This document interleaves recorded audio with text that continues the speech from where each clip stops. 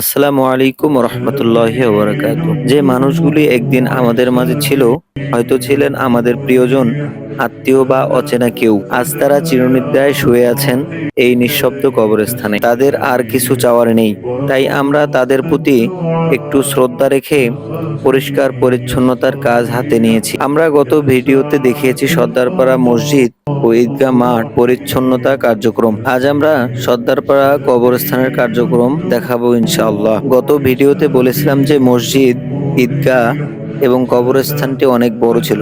এর আগে যে আমরা দুইটি মসজিদ ও কবরস্থানে কাজ করেছি, তার থেকে অনেকাংশেই বড় এই কবরস্থানটি। তারপরও আমাদের সংগঠনের সদস্যরা খুব যত্ন সহকারে কাজটি সম্পূর্ণ করে আলহামদুলিল্লাহ। কবরস্থান শুধু মৃতদের বিশ্রামের স্থান নয়, এটি আমাদের নৈতিকতা ও মানবিকতার প্রতিচ্ছবি। কবরস্থানটি বেশ বড় ছিল, পাশাপাশি গাছপালা আগাছাগুলো বেশ বড় ছিল, তাই এগুলো কাটতে আমাদের সদস্যদের ভালোই কষ্ট হয়। তারপরও তারা সাহসের সাথে সেগুলো কেটে ফেলে, এবং যাদের কথা না বললেই নয়, আমাদের সংগঠনের ছোট ছোট সদস্যরা আবর্জনাগুলো খুব যত্ন সহকারে উঠিয়ে নির্দিষ্ট একটি স্থানে ফেলে দেয়। আমাদের থেকে তাদের মধ্যে কাজের আগ্রহ অনেক বেশি এবং তারা অনেক সক্রিয়।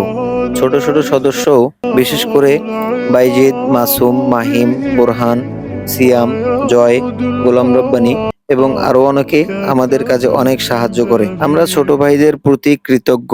কবরস্থানের পাশে বড় বাঁশঝাড় ছিল, আমাদের সদস্যরা বাঁশের অতিরিক্ত কঞ্চিগুলোও কেটে দেয় এবং অনেক কবর নিচে দেবে যায় এবং বেড়াগুলো ভেঙে যায়। আমরা যতটুকু পেরেছি মাটি দিয়ে তা পূরণ করার চেষ্টা করেছি। আমাদের অনেক ভাই আমাদের ভিডিওতে কমেন্ট করে বিভিন্ন উপদেশ দিচ্ছেন, আমরা যথাযথ পালন করার চেষ্টা করব। আরো অনেক ভাই স্টার গিফট করে আমাদের কিছুটা ইনকাম করার সুযোগ করে দিচ্ছেন। আপনাদের অনেক ধন্যবাদ জানাই। আমরা চাই আপনারা এভাবেই আমাদের পাশে থাকুন। আপনারা জানেন যে আমাদের এসব কার্যক্রম পরিচালনা করতে যে খরচ হয় তা আমরা নিজ পকেট থেকেই ব্যয় করি। এসব অর্থ আমাদের সকল সদস্য দেয়। যদি আমাদের পেজ থেকে ভালো ইনকাম আসে, এরপর আমরা ওই টাকা দিয়ে বড় ও আরো ভালো উদ্যোগ নিব ইনশাআল্লাহ। তাই আপনারা সবাই আমাদের ভিডিও লাইক, কমেন্ট ও শেয়ার করে মানুষের মাঝে ছড়িয়ে দিন।